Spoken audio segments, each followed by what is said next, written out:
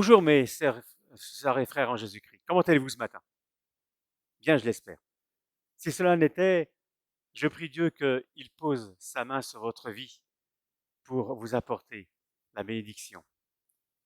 C'est par ce moyen de la vidéo que ce matin encore, en esprit, nous allons nous assembler pour bénir et louer le Seigneur. C'est nos sœurs Alexia, Sonia, avec Romain et Médo qui vont nous conduire dans ces chants, qui vont disposer notre cœur à écouter la parole de Dieu qui nous sera apportée ce matin par notre frère Médéric. Mais avant de leur laisser le micro, j'aimerais vous inviter à prier avec moi pour demander à Dieu que vraiment ce temps soit un temps de bénédiction pour chacun d'entre nous. Mon Seigneur et mon Dieu, c'est encore avec joie, Seigneur mon Dieu, que en esprit je me retrouve, mon Dieu, avec ma sœur et mon frère, pour te dire ce matin toute ma reconnaissance, mon amour, devant cet amour que tu as manifesté pour chacun d'entre nous. Ce matin, malgré la situation de ce monde, nous voulons vraiment nous attacher à toi, entendre ta voix, pour que, Seigneur, mon Dieu, Père, notre cœur soit rassuré, notre cœur soit dans ta paix.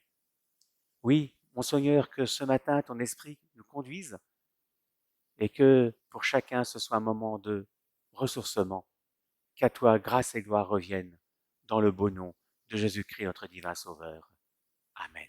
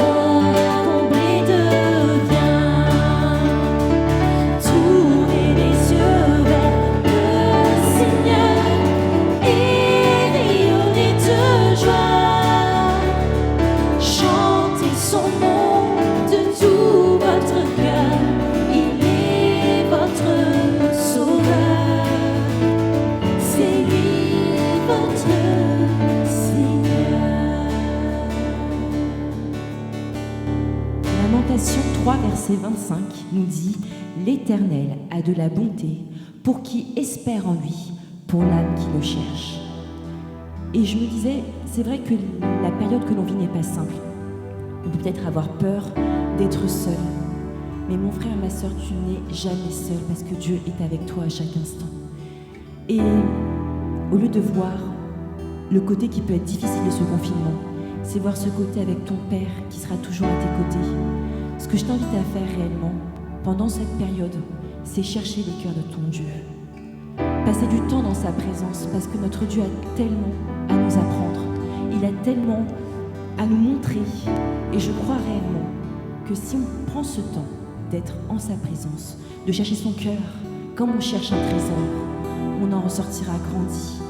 On en ressortira avec tellement plus de force et tellement de bien, parce que notre Dieu est bon et il veut nous bénir.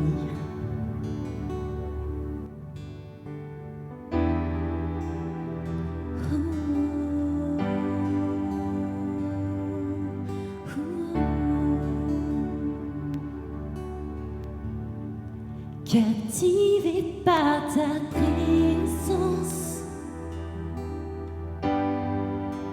je désire rester à tes pieds.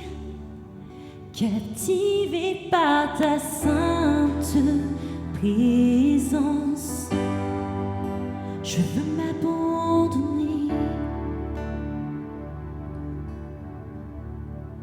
Je ne cherche pas ta main, tu ne me dois rien, tu m'as comblé. Au-delà de ce que tu peux faire, je veux ton cœur.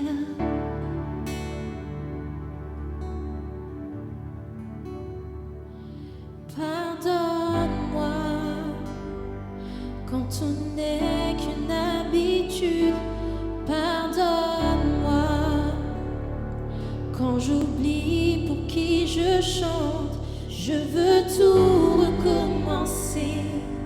J'ouvre à nouveau mon cœur à toi.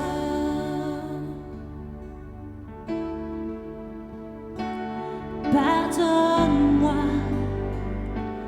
quand je ne pensais qu'à moi seul. Pardonne-moi lorsque toi seul ne suffit pas. Je veux tout recommencer. J'ouvre à nouveau mon cœur à toi. Captivé par ta présence, je désire rester à tes pieds. Captivé par ta sainte présence, je veux m'abandonner. Seigneur, je ne cherche pas ta main. Tu ne me dois rien, tu ne me dois rien, tu m'as comblé. Au-delà de ce que tu peux faire, je veux ton cœur. J'aimerais que ce matin, on puisse se rappeler une chose. Notre seul essentiel ce matin, c'est notre Dieu. Et j'aimerais que tu puisses chanter avec nous que rien au monde ne peut te combler sauf ton Dieu. Si tu as un doute ce matin, si tu as des peurs, proclame-le. Proclame que rien au monde ne peut combler ton cœur et laisse Dieu agir.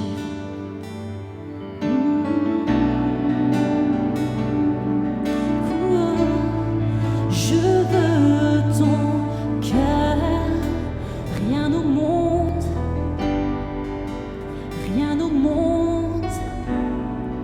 ne peut me combler. Je veux ton cœur, non rien au monde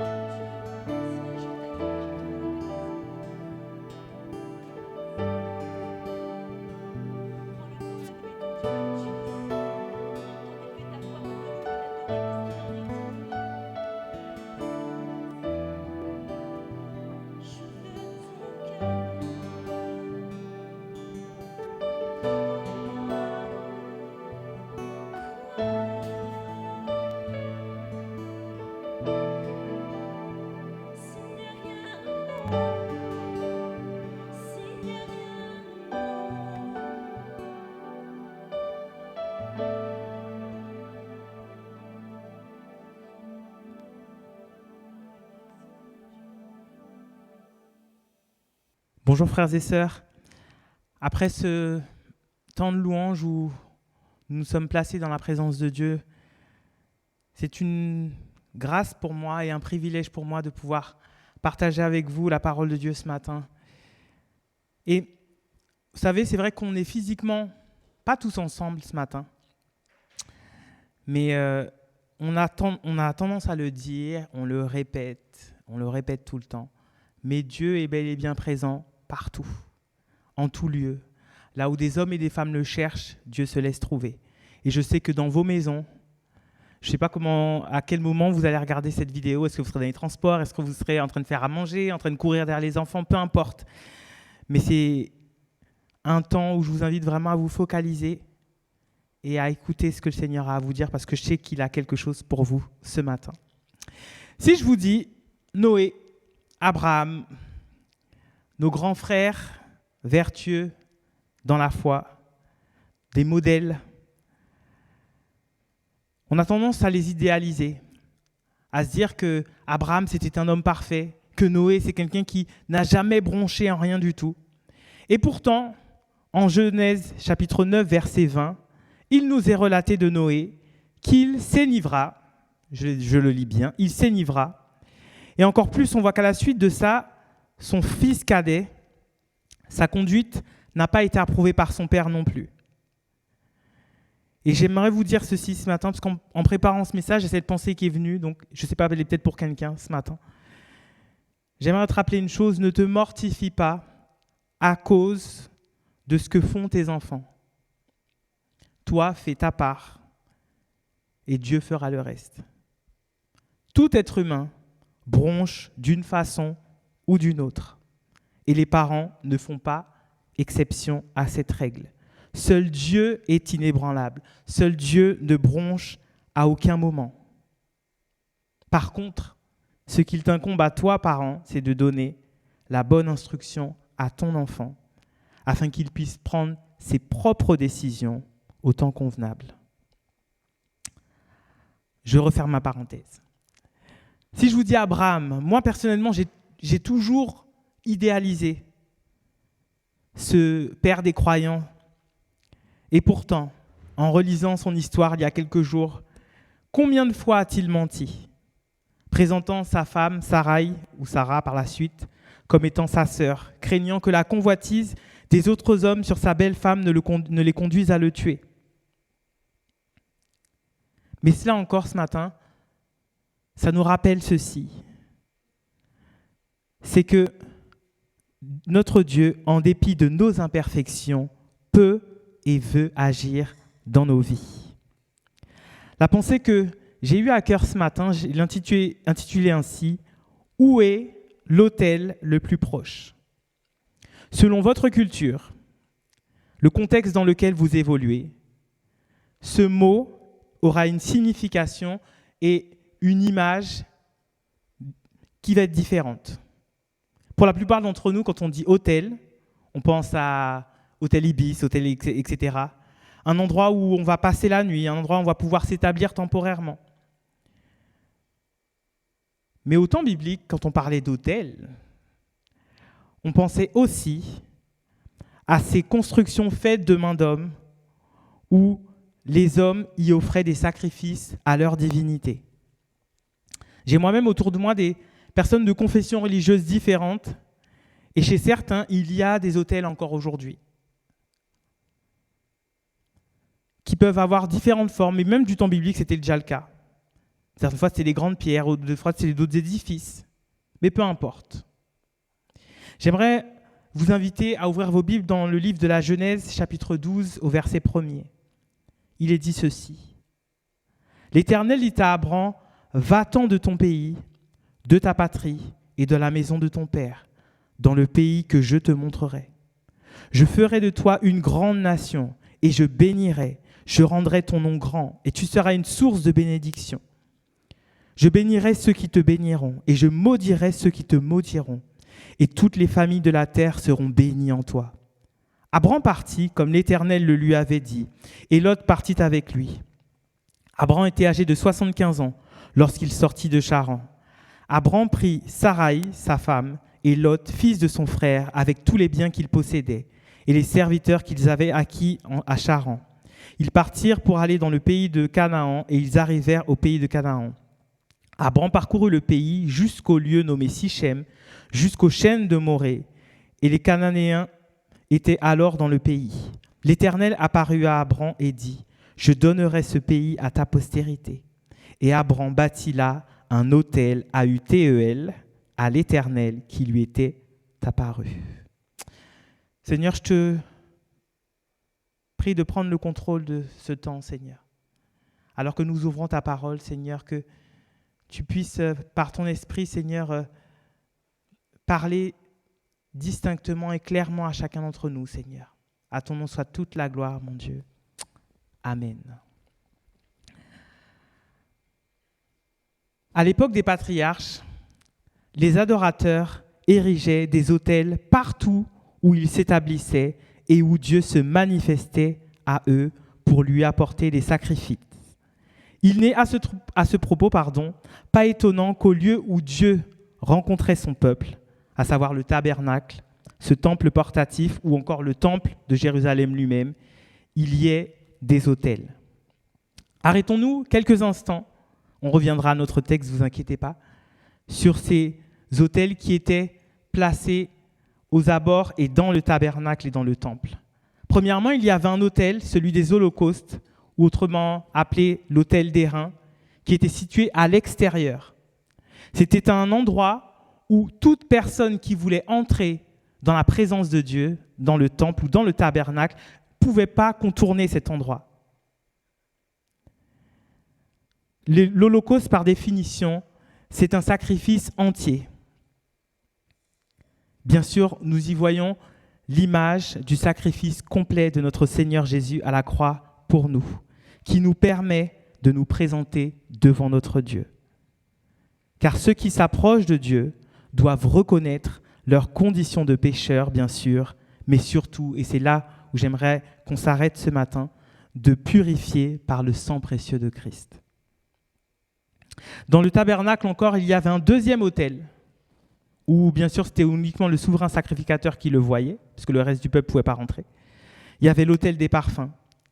Et ce parfum symbolise bien sûr l'adoration et les prières adressées par ceux que Dieu désire ardemment accueillir en sa présence. Rappelons-nous de ceux qui sont réellement agréables. Si vous vous souvenez bien, dans mon dernier message, je vous avais parlé de ce fameux verset où il dit « Il y a plus de joie pour un pécheur qui se reprend que pour 99 autres. » Ce matin, ceux qui sont agréables à notre Dieu ne sont pas les élèves modèles, ceux qui ne bronchent pas, bien au contraire. Ce sont ceux qui ont conscience que seule la justice acquise en Christ, seule a une valeur devant Dieu. Quand j'étais plus jeune, il y a une phrase que ma mère des fois me disait, à juste titre. Elle me dit, mais ici, c'est pas comme à l'hôtel. Toi, tu travailles comme tout le monde et tu dois faire ce qu'il faut.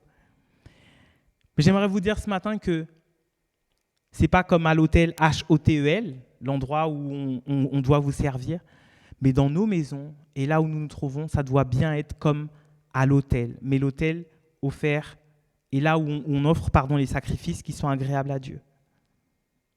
Aujourd'hui, on pourrait se dire, mais donc, qu'est-ce que tu me demandes de faire, en gros ? Est-ce que tu me demandes encore de rentrer chez moi, d'ériger un autel à la gloire de Dieu ? Je ne pense pas. Ce n'est pas ce que la parole de Dieu nous demande. L'autel où Dieu nous attend, mes frères et sœurs, ce n'est pas devant quelque chose de créé de main d'homme, mais c'est bel et bien l'autel que Dieu veut établir et qu'on doit établir est dans nos cœurs, premièrement. Car c'est nous qui devons rechercher notre Dieu.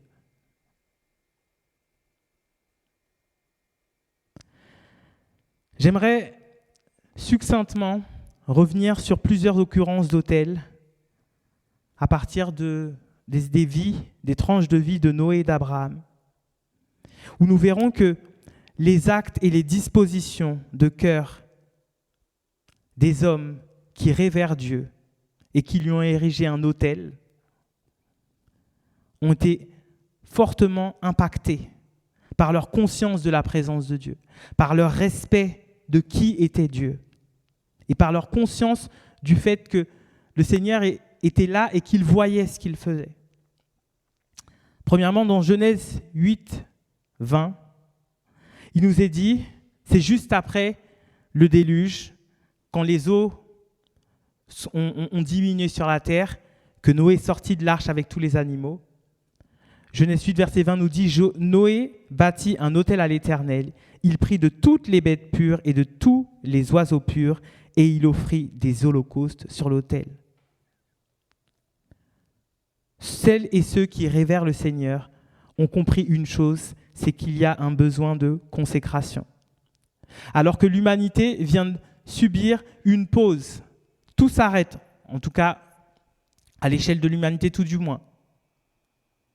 Noé prend conscience que ce nouveau départ, s'il veut être différent, doit passer par de la consécration.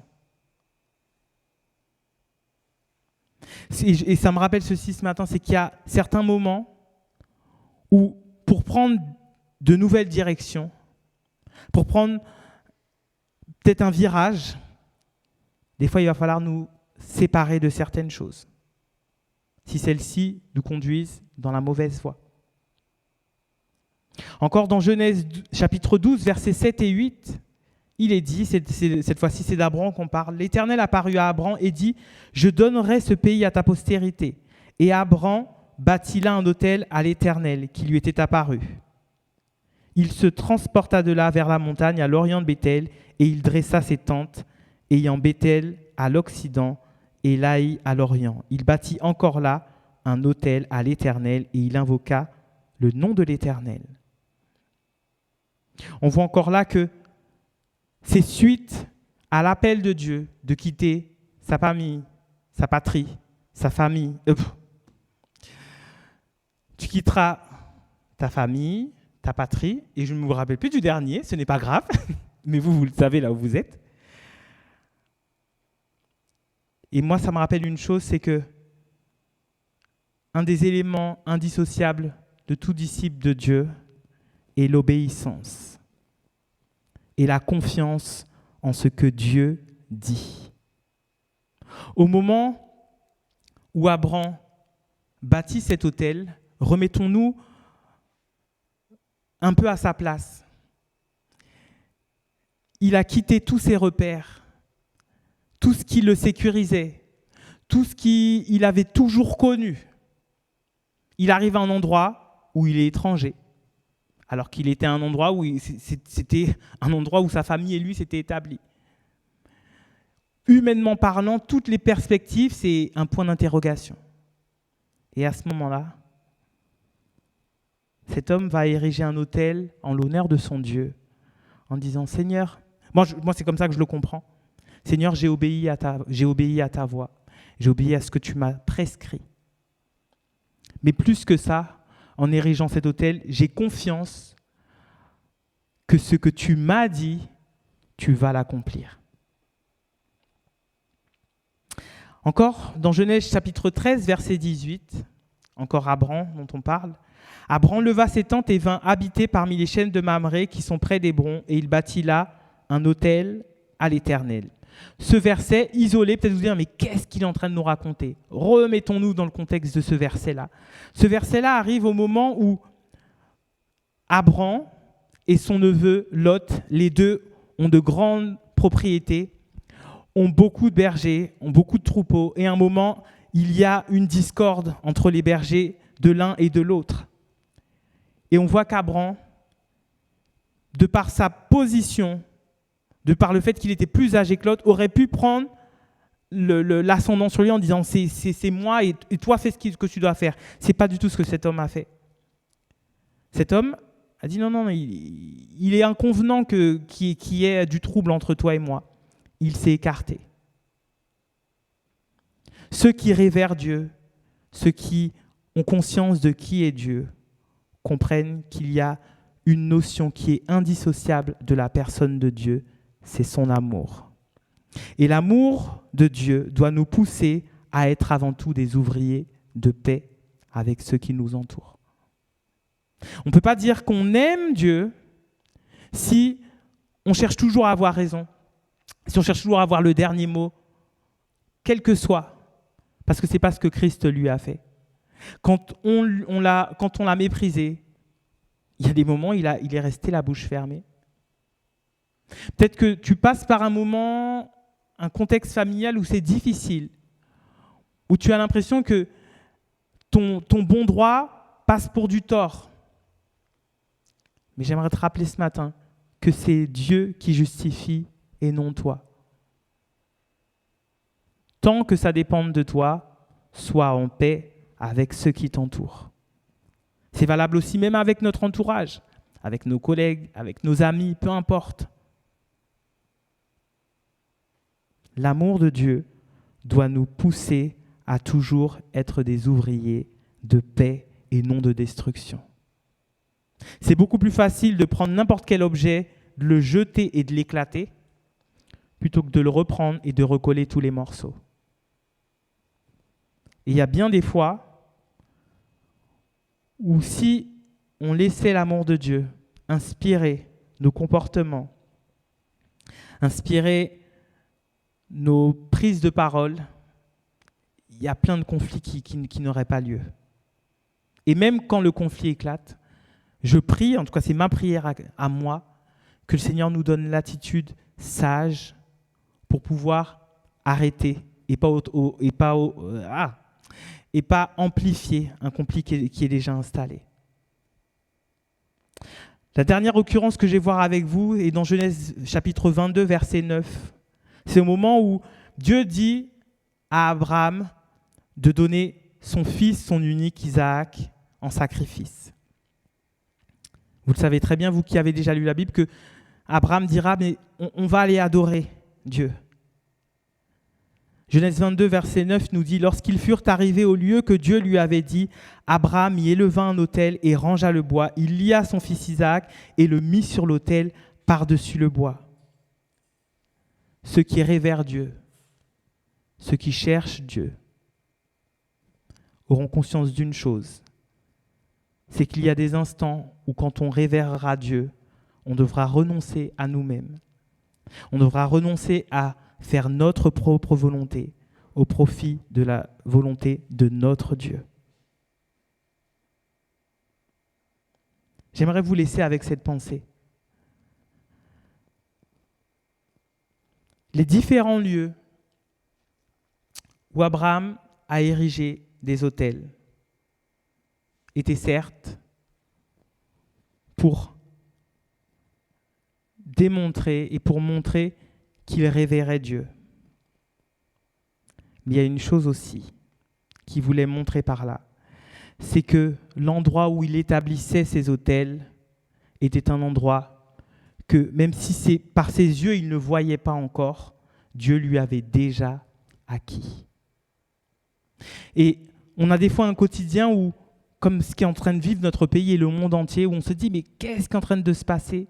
Qui est au contrôle de tout ça ? Qui est à la manœuvre ? Que se passe-t-il ? J'aimerais vous rappeler une chose.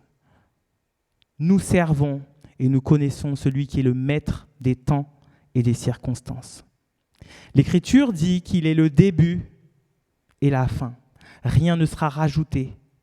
Job pouvait dire encore « Je sais que mon Rédempteur est vivant et qu'il se lèvera le dernier. » Et ma question est la suivante pour vous ce matin.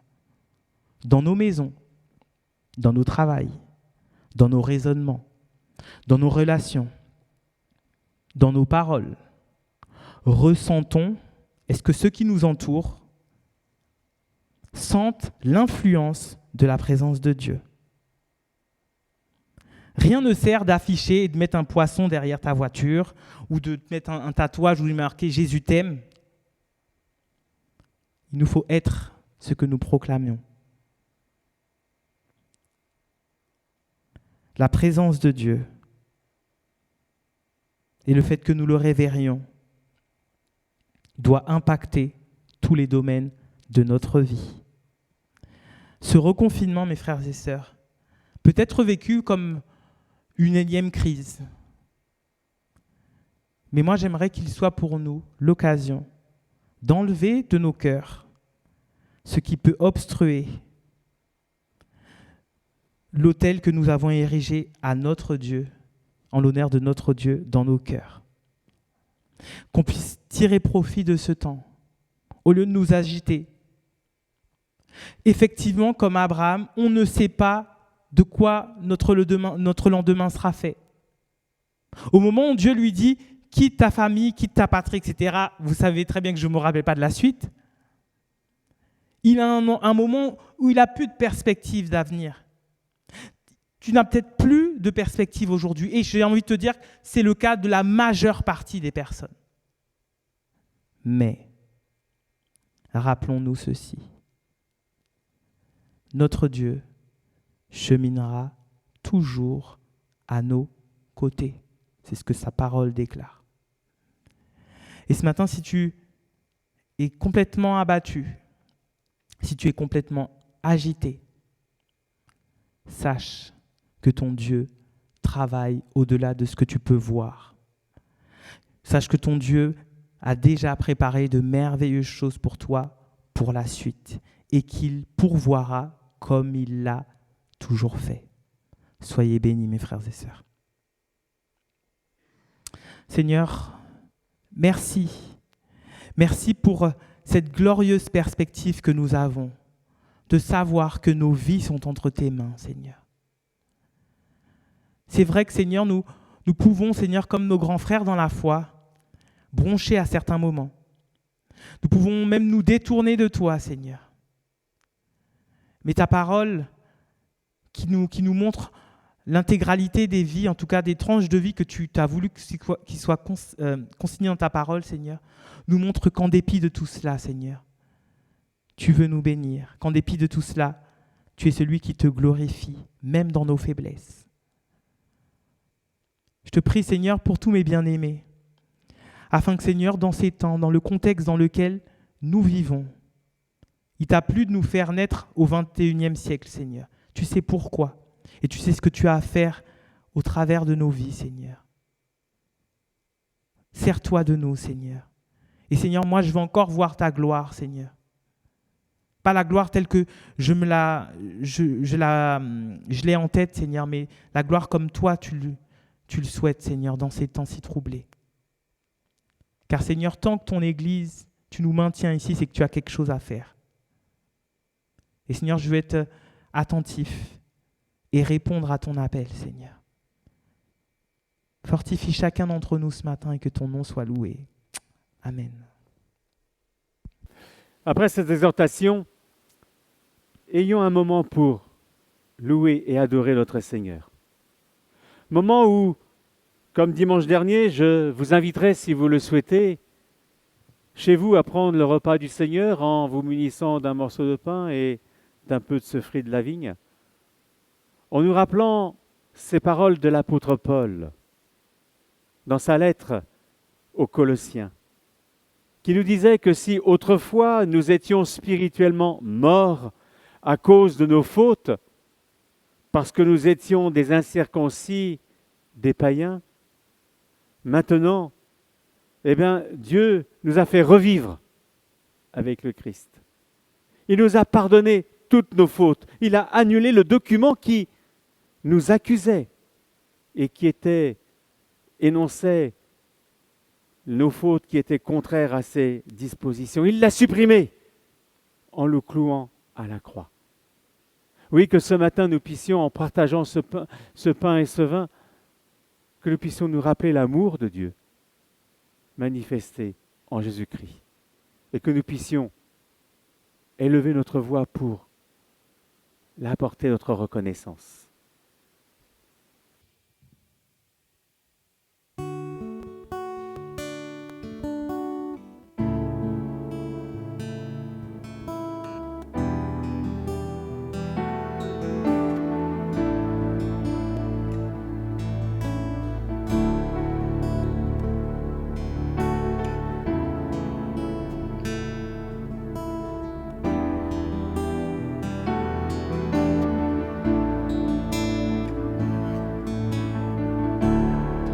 Le chant termine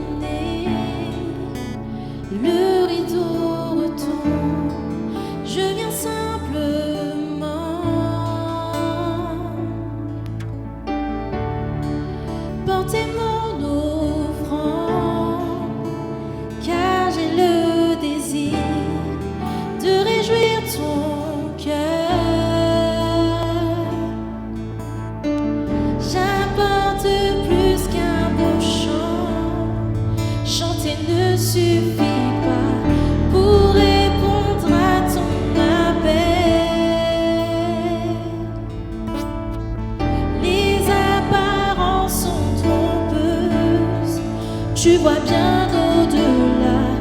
Oh Dieu, tu sondes mon cœur. Je reviens au cœur de la louange. Tout est centré sur toi, centré sur toi, Jésus. Oui, je renonce à tous mes faux semblants pour tout centrer sur toi, centré sur toi, Jésus.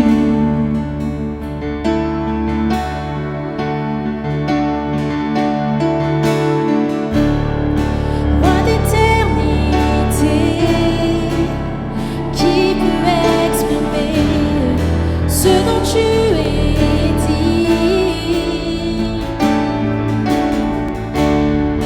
Bien que faible et pauvre, oui, je te donne tout en toute ma vie.